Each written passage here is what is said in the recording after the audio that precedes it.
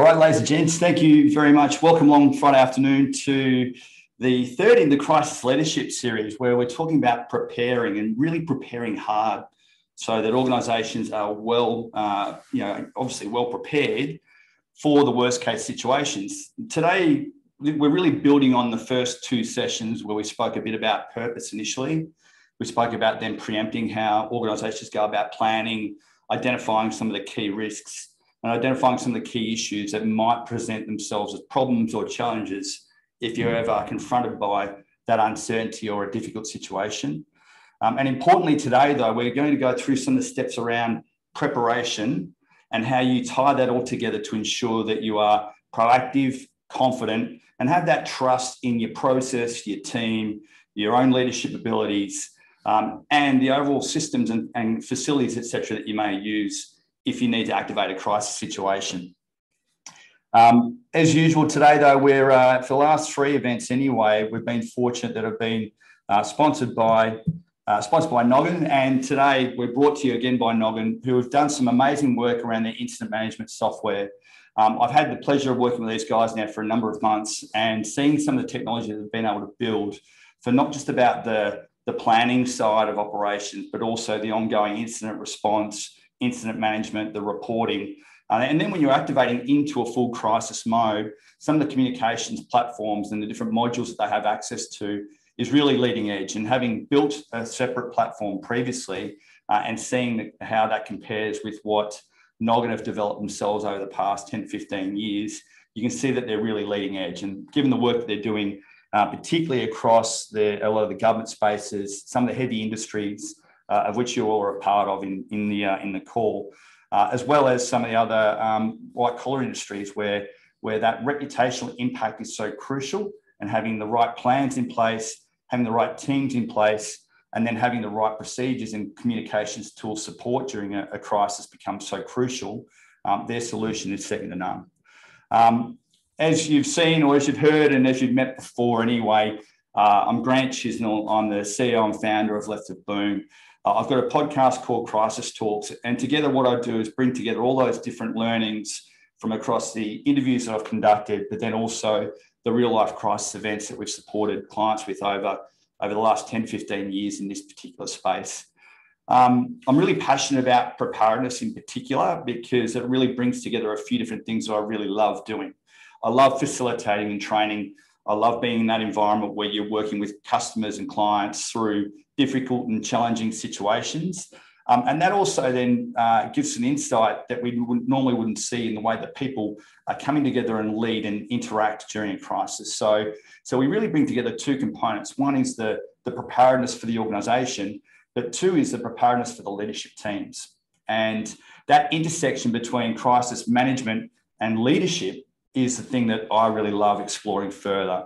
So I have the pleasure of working with a number of you in that space. We've supported some of you and others across particularly last 12 to 18 months through some pretty difficult situations. And I think that gives us some great insight we're hoping to share with you today about how you can be better prepared and how your organisation can be more confident in the face of any sort of adversity.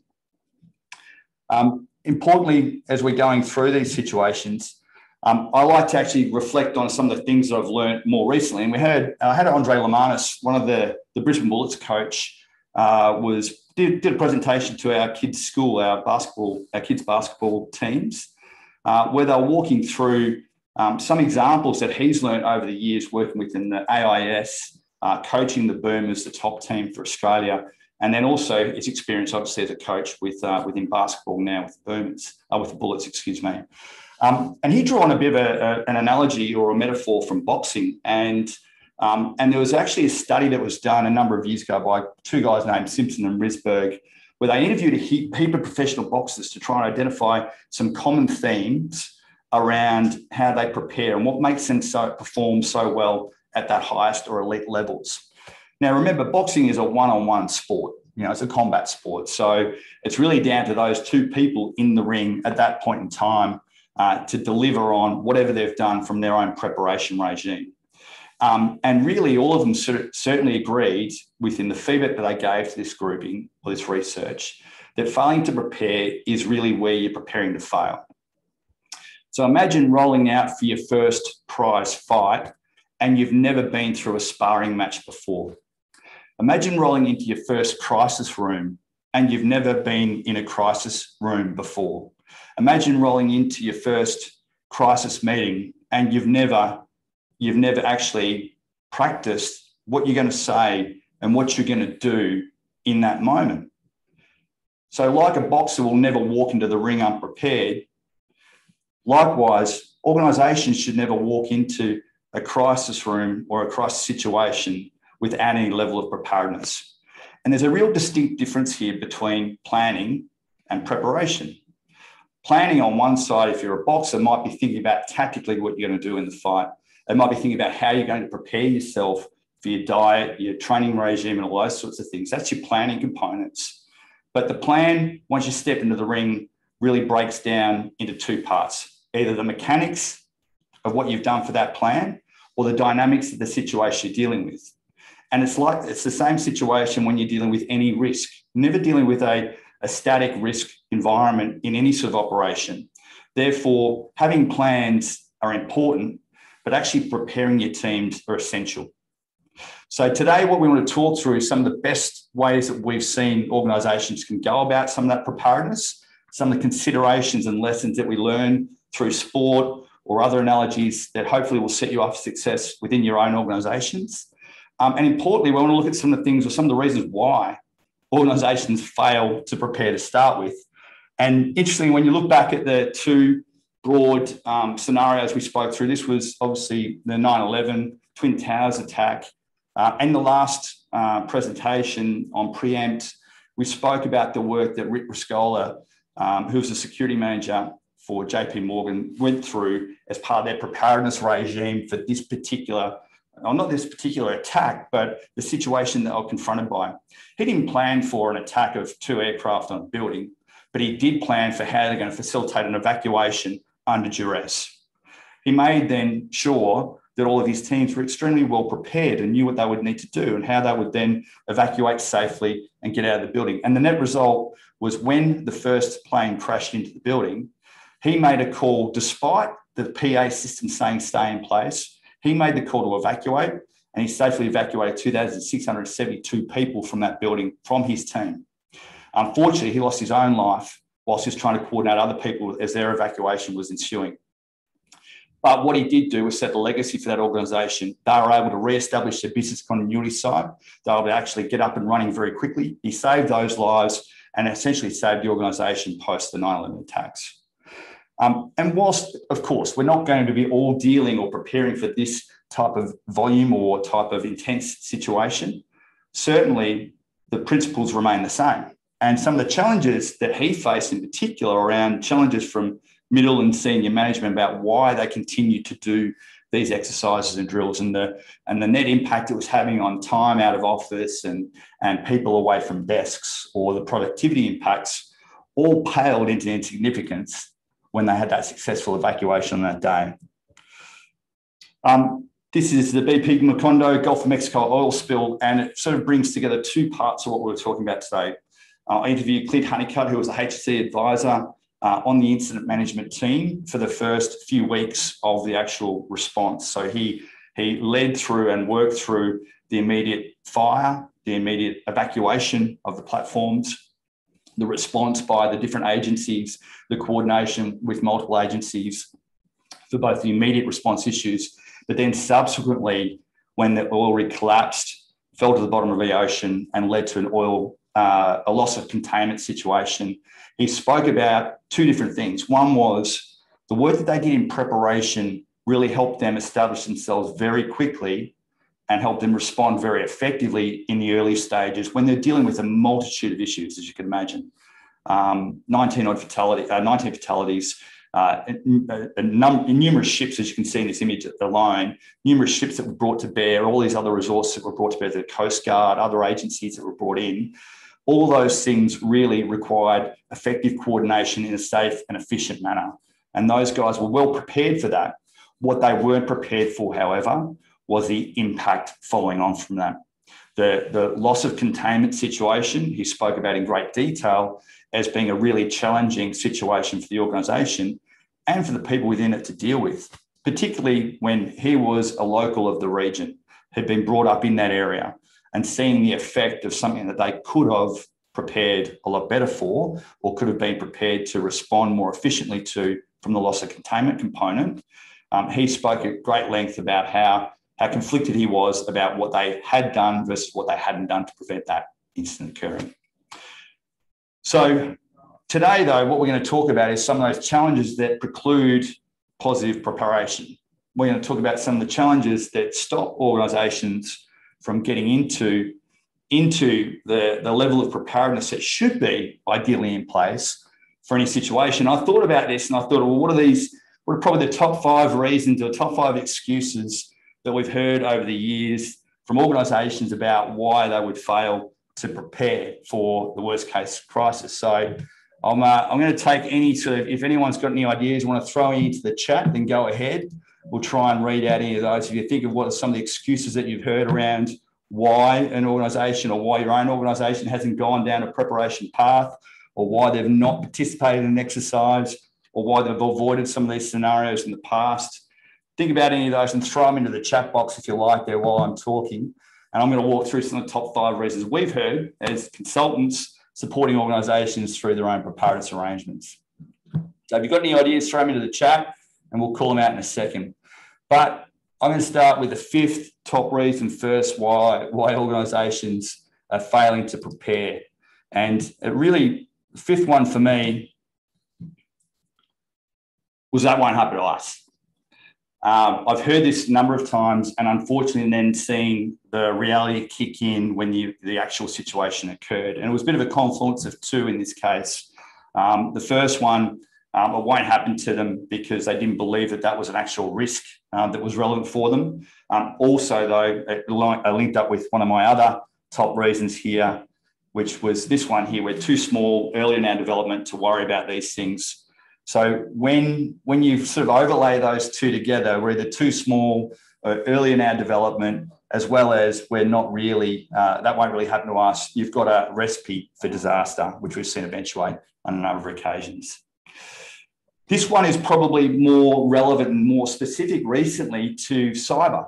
And when you're speaking to organisations about what they're doing, particularly when you're talking to boards about what they're doing, or executive teams around what they're doing to prepare for a cyber crisis event, the first response you'll often hear is, oh, we've got a technical team, we've got a cyber response team, we've got a SOC, we've got all this capability that does it. And that's important. That's critical. It's critical in your initial identification, detection, and containment strategies, but it doesn't actually address the wider crisis impacts. And we've seen it now on numerous events over the last few years, where we've seen more recently Channel 9, one of the casinos down in Tasmania, the hospitals here in Victoria, all being targeted and have complete blackout scenarios, of which none of them have been prepared for. They didn't have the appropriate business continuity plans in place, which identified the key IT system by criticality and by the ability to reactivate those systems in time and space. And then importantly, they didn't have backup plans around how they're going to communicate with each other when you don't have access to those key systems. That in turn delays their crisis response and delays then what they're doing to communicate effectively with their stakeholders, whilst at the same time trying to manage the scale of issues around detection, notification, containment, all those sorts of things that occur as part of a cyber event. So resting on your laurels on the technical team is not a solution any further when you're talking about, particularly about cyber crisis. Number 2, and probably the second top reason why people won't, or organisations won't actually go through any preparedness regime, is because they say we're in really good shape. And that's probably when you're thinking about optimism bias, which I spoke about in the preempt session. That's one of these ones that really come to the fore. So optimism bias means that you are focused on what the potential outcomes might be in a positive light for you. And you're looking at any situation, okay, we're going to be okay. We're going to be all right. It's not going to affect us. We're in really good shape at the moment. So that then links up when you talk about outcome bias, where if you've had a near miss, or you've had an event like last year where you've actually worked okay through it, The outcome bias means you look at those situations, you go, we did well because we were in better shape.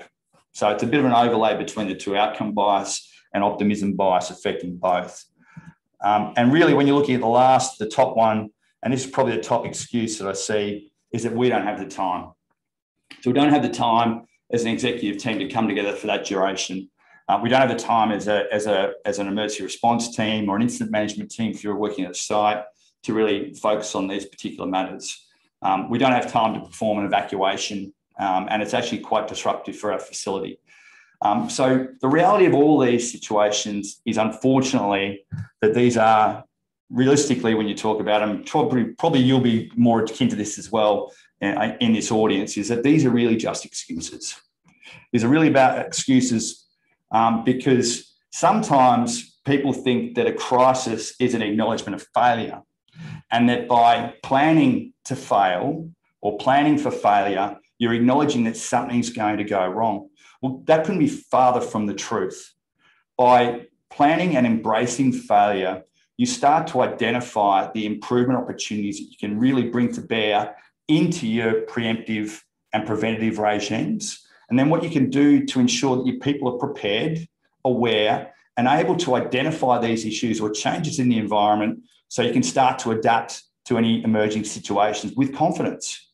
And so crisis management or crisis planning and the exercising and the training that goes with these things are crucial elements to ensuring that your people are well engaged with risk in general. And last but not least, and probably the most critical one, I think that's the unspoken reason why people don't want to go through some of these crisis events or activities, is they don't want to look bad.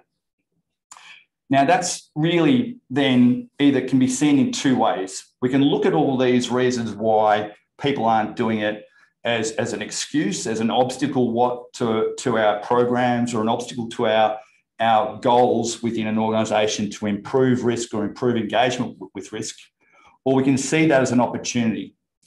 And there's a great saying that I just saw yesterday, and it was in reflection of what had happened last year with Richmond's, I think it was their semi-final berth. Damien Hardwick was doing a debrief, and it was part of the video footage for a series called Making Their Mark. It's an Australian football series. It's been posted on, I think, on Netflix or Amazon Prime. And as a quote from a man who I've come to really know very well recently, Cameron Schwab, who's the CEO of Design CEO, he was formerly an AFL CEO himself. And he said the term, when he was looking at the debrief that these guys were going through, and there was a semi-final loss, which they subsequently turned around and then won, the key thing that Damien Hardwick had said was, what stands in the way becomes the way. So they were going through their debrief. They were looking at what they did poorly in that previous semi-final, and were then looking for all the opportunities to improve, which carried them forward to the premiership win a few weeks later. So what stands in the way becomes the way. And it's a great quote from Cameron Schwab, because I think for me anyway, what it means is that we can always fall back on our laurels and say, well, the executives are saying this is not really going to happen, or we can turn that around and actually make it a positive opportunity for growth, improvement, and engagement with risk. And really, that's the challenge that I think a lot of us may face in your organisation when you're looking at building out these types of regimes. And it's certainly, I'm seeing it even when we are engaged to support an organisation, that there still is that pushback or sometimes that reluctance to engage with these types of programs. And you'll see it in the forms of, not participating or observing only versus actually taking part in an exercise, role playing versus participating. So you'll see there's different ways that people will try and avoid the situation that you may be putting them through. But at the end of the day, if that becomes what they're doing in those circumstances, is missing an opportunity to actually work with their team, build trust in themselves, build trust across the team, and build trust in the process that they're going to apply in a crisis situation. Now, that sort of comes back to, again, I think that question of purpose. So when you're starting to look at these obstacles that may exist within an organisation, within your own organisations, or across clients or others that you might be supporting, or with other organisations you're working with in partnership with, for interagency exercises or the like, the starting with that why becomes so crucial. And we spoke about this with the first session, the purpose session, using the golden circle that Simon Sinek so eloquently built, which was, we start with that why. What's the purpose of your program? What's the objectives that you're looking to set? The reason why this is so important when you're looking at your own preparedness arrangements is because it starts to determine the level of engagement and the level of activities that need to be performed with your teams.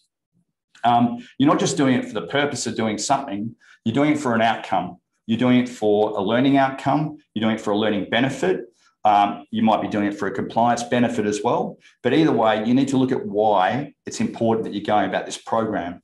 Then you can start to think about the how and the what. And when we talk about some of the how and the what, we'll actually go through some of those different tactics and techniques that you can actually use and some tips that we've learned along the way to build out activities and training sessions that are really engaging and exercises that are realistic, rewarding, and challenging. But this is a fundamental point that we start to look at first. So, why do we want to do this? Do we want to do this because we want to elevate our performance in regards to risk? Do we want to be more adaptive as an organisation? Or do we want to just make sure we've got the compliance box ticked? So either way, whichever way you're starting to look at it, you can start to then look at ways that you can start to tailor your program to support the outcomes as an organisation you want to achieve. Now, I don't know of any leader out there that would say that they want to be less than directive, for example. None of them want to be reactive to a situation. But the fact remains, if they haven't actually prepared or done any training themselves or participated in any exercises, then that's exactly where they're going to fit. So anything from reactive and below is where an organisation will fit when they haven't done any planning, training, or any real exercising to really prepare their teams. If they're in that mode of being command and control, and that's the way they've generally operated in the past, then you'll see that come through if they're activated in an emergency situation or a crisis situation. So that directive control can start to really play through again when there's been either a lack of preparedness, a lack of collaboration across groups to build out that trust, or there's been a lack of awareness around what the plans are. So all those bottom three really are an outcome of poor planning, poor preparedness, and a lack of leadership commitment to overall training objectives. When you start to get across that middle line and above collaborative, you're really starting to engage at a trusted level. And this becomes so crucial for organisations now because we're no longer sitting in a war room together anymore, working through complex problems. We're working geographically dispersed organisations anyway, let alone now when we're dealing with crisis situations remotely. So being collaborative, being more proactive, and actually empowering your people to get on with the particular tasks or jobs that are required as part of a crisis response becomes so crucial. And that comes down to trust. If you've practiced and you've worked together, you've built that trust, then you can let people get on and empower them to do the things that need to happen concurrently in a crisis situation. And then concurrency is probably one of the key themes I really want to zero in on for how you can best go about preparing for some of these situations as well. Now, when you do look at what your capabilities are or where your starting points are, then importantly, we need to start with some sort of framework. And this is the framework that we've built out at Left of Boom around the principles of resilience. It looks at 12 key components that contribute to it. Some of you will be familiar with this. But importantly, the ones that really come to the fore when you're actually in a response are really the ones around preparedness, leadership, your purpose, your people first, integrated planning. If you've actually worked on these things prior to a crisis situation, then those ones become really fitting into your groove. You know, that you've practiced, so you've developed that muscle memory. If you're a boxer, then you're actually into your routine that you normally would. You're feeling the flow, you're actually seeing the punches that are coming, you're able to move and defend, you're able to bring your offense to the game. So that sort of muscle memory is what we're building through effective preparedness. But none of it really works in isolation here. They all intertwine together to help build that trust across the teams. And trust is that fundamental thing that builds all of this, is the fundamental building block for all of this preparedness anyway, and the resilience overall for an organisation. So your governance compliance regimes are important for prevention and preparedness. If you don't have those in place, then you can't really fall back on something when something goes wrong. You need to actually practice also use of your facilities and equipment or your systems, and practice use of your communication tools.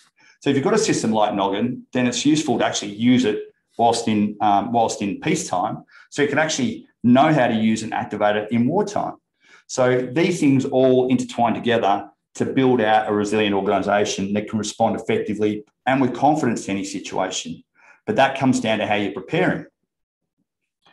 And importantly, the way that we're preparing now really needs to bring together not just, scenarios for the sake of scenarios, but scenarios that are really relevant and aligned to your organisational objectives.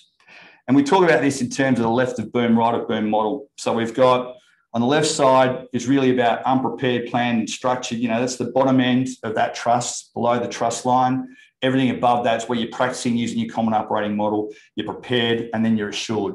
And the outcomes work across right of boom onto the stakeholder impact.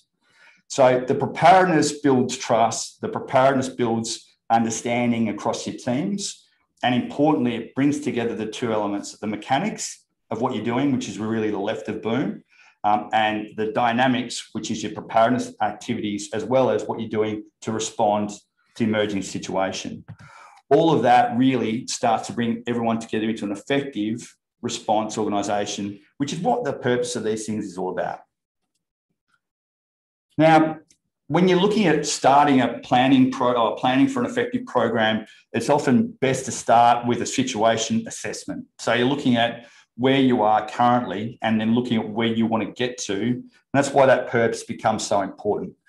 Some of you have seen the mnemonic that we've developed before in the planning circle that we've done around ADAPT.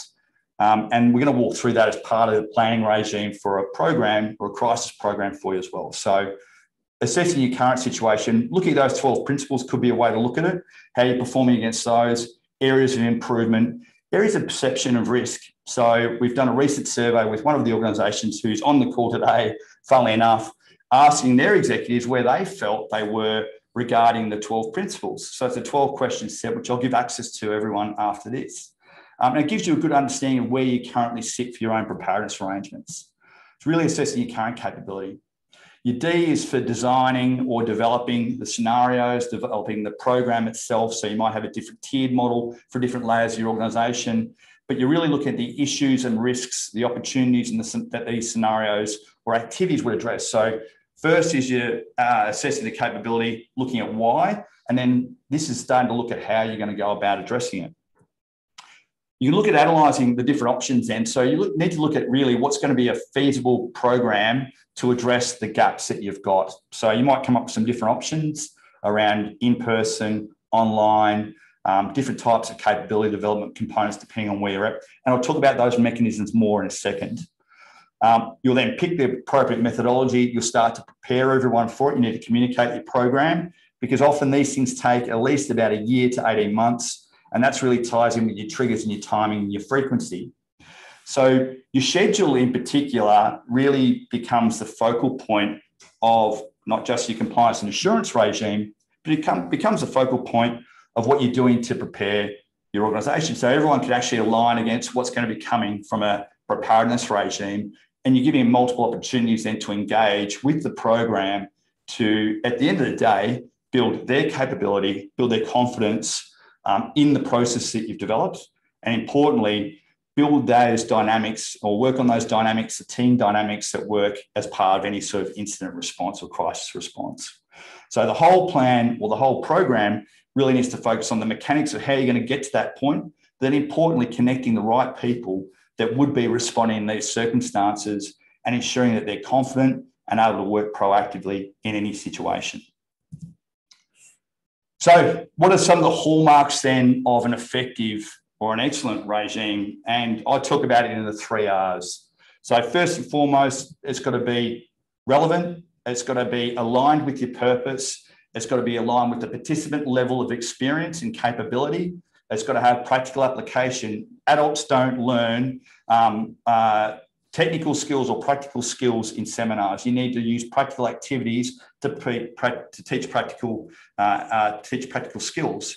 So you might need to tailor your particular training opportunities to different skill sets or different skills acquisition requirements. And I'll talk about how you can build layers of challenges into those sort of things in a second, or what sport does to do that layering. You need to, again, align with the organisational risks, and you have to have the stakeholders and the issues included in this. So often people focus in on a really technical scenario because it might be the nom de jour for the day, or it might be whatever the sort of activity levels that are really important right now. And going back a while, we had terrorist incidents were the path of the course a few years ago. Now we've got cyber as another specific scenario that people are really building out.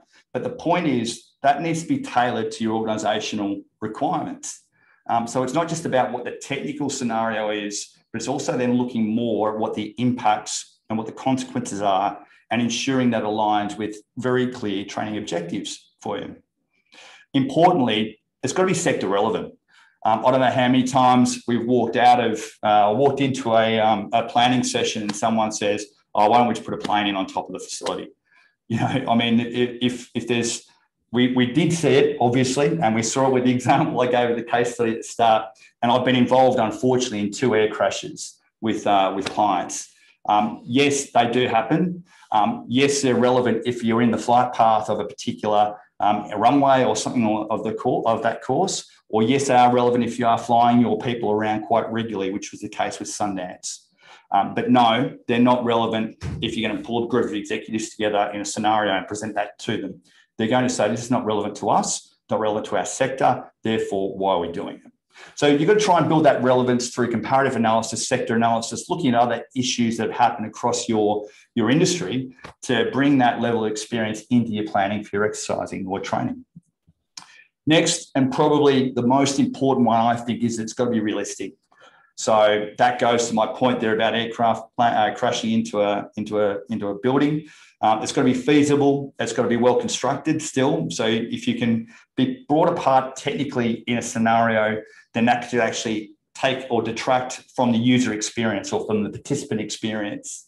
So you need to make sure that whatever you're presenting is technically feasible.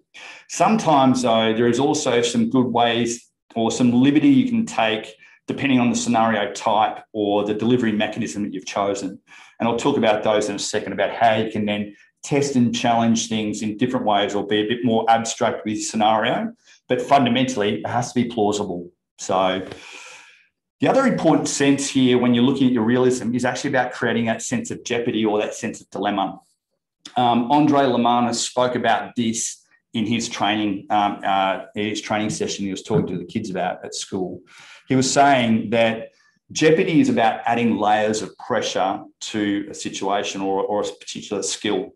He was talking about how basketballers at the end of training, for example, might sit there and throw a few free throw shots from the line.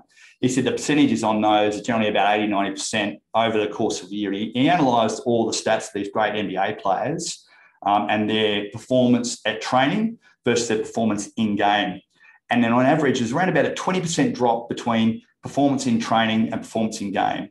Because when they're at training doing the free throws, it's just like shelling peas. But when they're in a game time, there's the pressure of the moment. There's the crowd. There's the other dynamics that are in play that really challenge the mechanics and start to freeze up certain elements of a routine.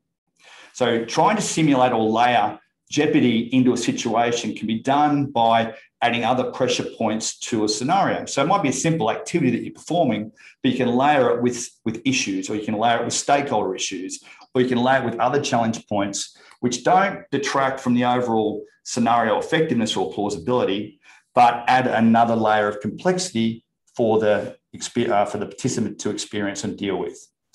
That comes into the challenge around concurrency as well. In a real situation, there's a lot of concurrent issues that are competing for your time.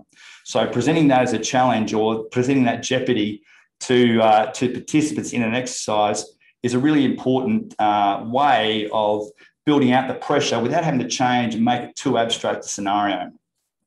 And focusing on impact rather than technical cause is often actually a really good way to go, because in a response, you're really moving past what's happened and into consequence management very quickly. So zeroing in on what was the cause or why that happened might be important if you're looking at precluding other issues.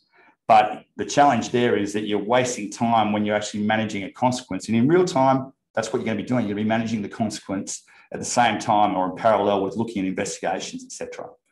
So we're looking more at impact rather than cause. And last but not least, for any training, for any regime, for any crisis preparedness exercise, whatever it may be, to be really excellent in the user and participant experience, it's got to be rewarding. Now, that may be very difficult for people to accept when we're talking about probably a worst case situation. But one of the benefits of going through these circumstances or through these types of training activities is that you're getting a team further engaged with each other on another level that they've never seen before. We had a product recall that started this year for another client where the team did an outstanding job in very quick time in bringing all this product that they were working through off the shelf. The product that had the fault, they had to bring it off the shelf very quickly. Now, what they would normally take weeks or months to do, they did within about a week. And the engagement with their staff, the engagement with their different retail outlets, all those sort of things went up another level to the point where the team effectiveness, the team cohesion, and their response post that was so positive that they're carrying forward some of the principles that they learned through that activity into their day-to-day operations. They built another level of trust with each other by going through that shared hardship. So whilst we don't want to be going out there doing SAS Australia and smashing people into the ground in order to make them feel rewarding at the end, what we do want to do is create a challenging situation where people can look at each other at the end and go, okay, we really got something out of that. We really took something as a learning outcome out of it. And that's where one of the things that Andre specifically spoke about when we're going through the presentation the other night. He was talking about how the challenge point framework, which was built out by two guys, Bodignoli and Lee, it looks at how people learn. And it's really a great sort of model for learning outcomes. And I'll just draw it up here. It's just a straightforward vertical axis and a horizontal axis where the vertical is really looking at learning benefit. So the learning benefit of the activity. Now, this was focused on motor skills and motor skills acquisition. So it wasn't just about, team dynamics and stuff like that in the game, but you'll get the point as we go through. So one was about the learning benefit, and then the bottom level was really about the difficulty of the task. So as you work through any sort of training activity, it's like if you participate in team sport or any sort of sport, the activities that you just do, your random drills that you do, your warm-up drills, that sort of stuff, you do them with your mind switched off. You're just going through the motions, you're kicking through these different activities, and as you see, you might have a bit of a chat with your friends as you're going. That's going to be part of your social build-up. But generally, they're your warm-up style activities. So that's the part of the course stuff that you've done. It might be also some of the early learning activities that you're going through as a team. So trying to understand and build on and layer on what you're doing. But as you start to get involved and more involved in the training steps, you're starting to layer in more difficulty. So it might be adding in different stimuli. So it might be adding or taking away different stimuli. So, for example, with a handball drill or a basketball passing drill, it's taking away voice. So you've got to do it with no voice. Or the normal passing drill that you do, you've got to do it with only two passes and then a layup. So it challenges the team to always do those two steps. So you're putting challenges and layers on it. And the whole point that you're getting to is that there's this optimal point called the challenge point, where the learning benefit is optimal and the level of difficulty is such that it's achievable still. So this is important when we're looking at constructing a scenario for an exercise or for training, that we're tailoring the outcome to optimal learning benefit, in particular when we're dealing with a lack of time. If the no one excuse is we haven't got time for this, then you need to make the best use of the time possible. Now, that's not by making it so hard that it's unachievable or making it so hard that everyone goes, well, this is just like boiling the ocean. We don't know where to start from here. Or this is just too much. Will never really happen anyway. Or it's not relevant really to my role. That it behoves us then, as the people that are preparing these activities, to make sure that we're developing something that's going to really challenge them at the same time as giving them that maximum reward for their effort in the time they're committing to it. So that one was a ripper that Andre Lamar, so I can credit for a few weeks ago at the kids' school presentation, which then sort of leads into, okay, well, when we're looking at planning your different sort of regime for your teams, how do you go about ensuring that you've got the right level of engagement or the right level of training tailored to the level of capability? I'll just do another one here because I'm losing that one. What you'll see here is that there's another, this is a quadrant model that we've developed and we use to help really frame where we are or where an organisation might be in their learning journey for crisis management in particular. So this one here becomes experience, and I'll just rub that out. This one here becomes our experience. So the team's experience, the participant experience, and the horizontal becomes the realism in the activity. And it's a quadrant model that we use to really define where an organisation might sit. So if at the start of their journey, then you're really looking at training. So if they haven't done any sort of activities or training over a number of years, or they're new into roles, then you're really looking at training. It could be online training, it can be really awareness training, or it might be some collective training. So a group coming together to do some stuff. But either way, when you're looking at these particular things, you're really looking at people who are untrained or maybe unfamiliar with the different skills or capabilities involved in managing a crisis. So there's no point taking these people and throwing them straight into a full-scale mock exercise, because what's going to happen? They're going to fail, they're going to look bad, and you're going to turn them away from your program. So no point someone who's untrained throwing them into a full-scale simulation saying, now you're going to be, this is where you're going to learn the best, by actually being in a full scale and leading it and then stuffing it up in front of all your colleagues. That's really setting people up for failure. So training becomes the first step. It might be online, might be some face-to-face. Given the environment that we've been working in over the last 12 months, it's important now too to ensure that we're factoring in, where required, we're factoring in, online online experience. So Tony, thank you for correcting me before, not if, and start saying when it happens. Yes, when it happens is the key. So really the preparedness point here is that your training needs to be tailored to the way that they're going to perform. Yeah. So the training needs to be tailored to the way they're going to perform. So I like the example from Andre Lamar's when they're doing the free throw drills, trying to add a bit of jeopardy to make it a bit more difficult for them, trying to take shots from different angles so they actually would be more like game time makes it important. Training them, setting them up for the way it's going to actually operate in a real event becomes crucial. We ran a session just recently for a global crisis communications management team to support one of the global miners. And we actually did them completely remotely because all of their responses are remote.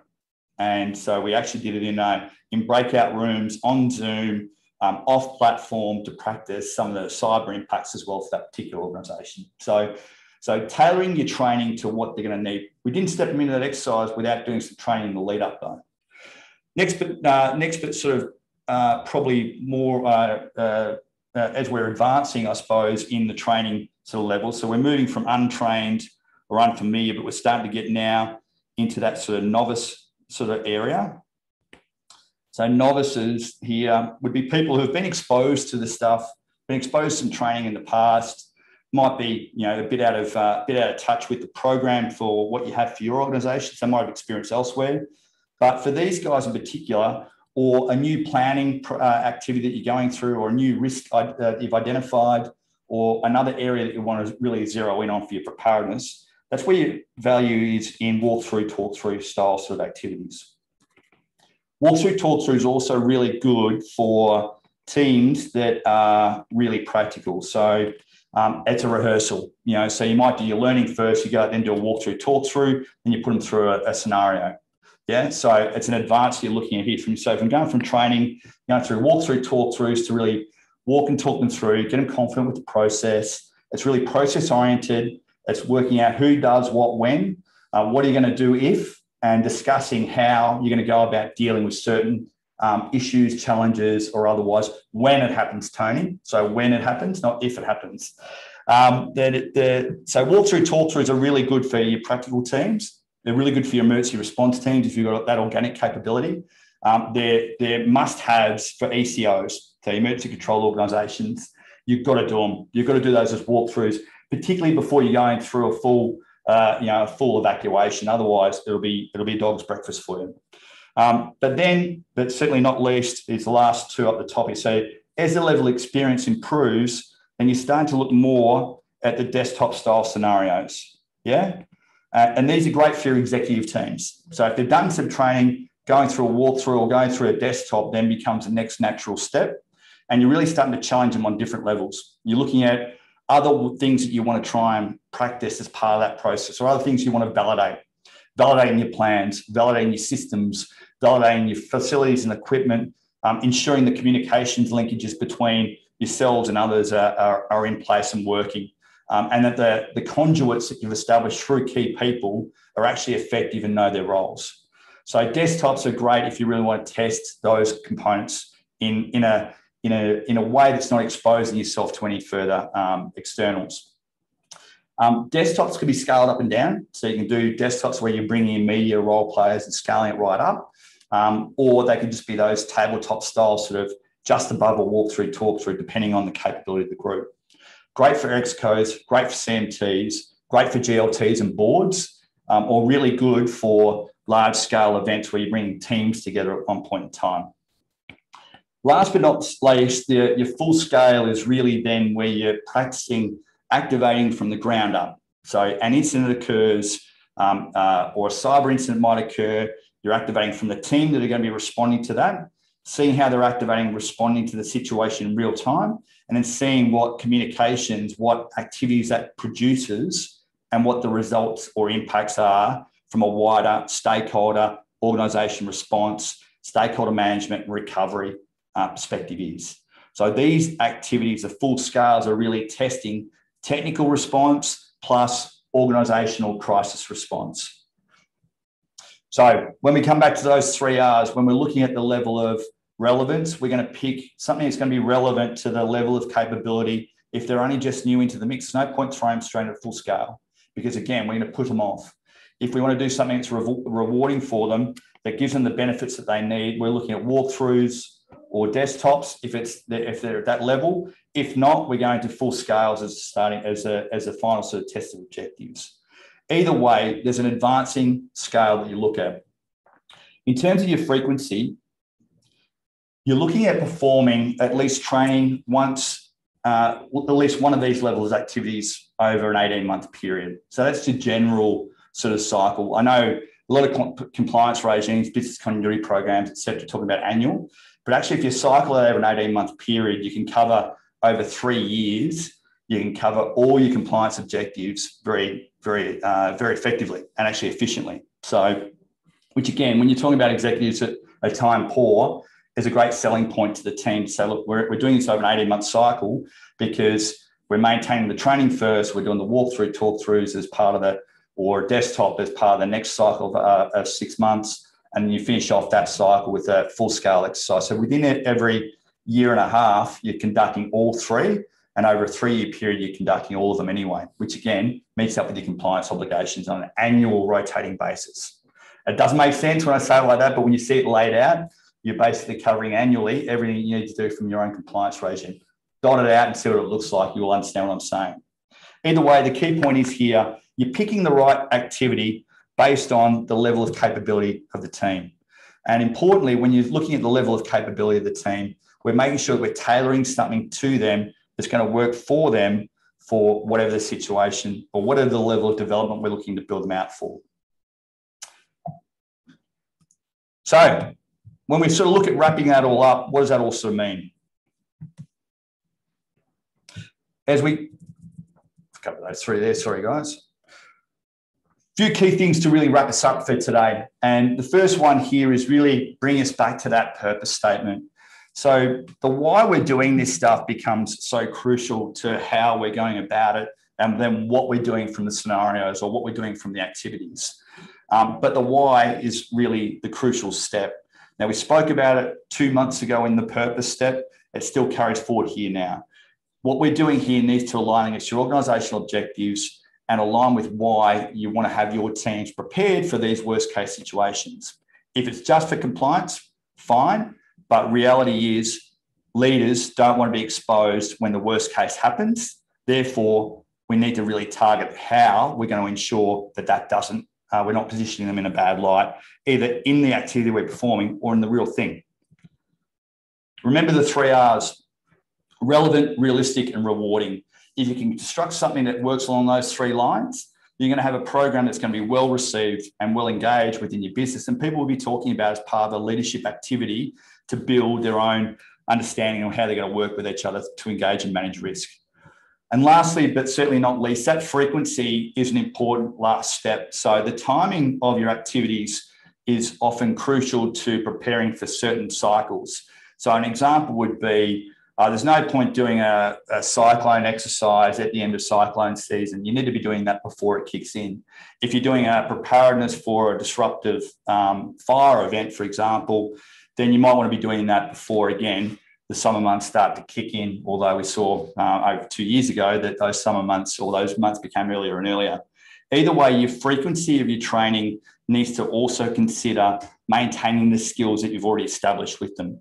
It also needs to factor in change out of staff or other team changes that might occur within the crisis management organisation, within your emergency control organisation, or within what you've developed for your incident management teams, etc. as well. So remember those 3 key there around the purpose, the 3 R's, and the frequency. That really concludes the session for today, ladies and gents. I'd like to keep it short and sharp. We're a few minutes before end of schedule. There's some resources I'd like to make you familiar with. First and foremost, we've got the Noggin platform. They've offered as an access point specifically to people on these particular webinars to actually have an access point to their COVID-19 module. It'll give you some great insight into how their system works and how it's developed in different modules that can be tailored to specific circumstances you might be dealing with. So please take that up as an offer. It's a wonderful offer that the team have been really good to present through this sponsorship over the last few months. Of course, there's the podcast as well, Crisis Talk. So please get amongst that. The last episode was the Macondo BP oil spill, the second episode of that series. Coming up, I've got 2 rippers. One's going to be, ideally, if it all goes ahead, one's going to be one of the leading sports organisations, what happened last year for them during COVID. Another one's going to be a recent event that occurred within the Antarctic Division. A good friend of mine, Charlton Clark, is a general manager there. So ideally, he'll be on for an interview next week, which I'll be able to present over the coming weeks. So stand by for that. But importantly, what I've got coming up on the 22nd and 23rd of June, we'll send this out to you so you'll have access to the information available for it. But we're looking at running some series on crisis masterclass. So how you can not just prepare yourself, but prepare your organisations for the worst case. Part of that session and what we did last year, we did a cyber crisis specific one. This is going to be more of a general crisis one. So 22nd in Melbourne, 23rd in Sydney at this stage. And what we're aiming to do with those is cover off some of the key components we spoke about today, the principles, the leadership principles, the resilience principles, as well as some of the how to respond, manage, recover to any sort of situation you might be confronted by. But importantly for each of you, if you're able to get along, there's a crisis plan that you'll get access to as part of a toolkit that you can go and then develop yourselves further or tailor to your own organisational requirements. You'll have other access to other materials that you can use within your own training, for example. So we've developed a series of videos and other case studies that you can then take and use within your own organisation as part of your own preparedness arrangements. So I look forward to anyone that's interested in that, just email me directly, and we look forward to hopefully getting you along on the 22nd and 23rd of June. That concludes today, ladies and gents. Thank you very much for joining me today on the third of our series for crisis leadership, talking about preparation and preparing hard. Welcome any questions. I'll stand by now.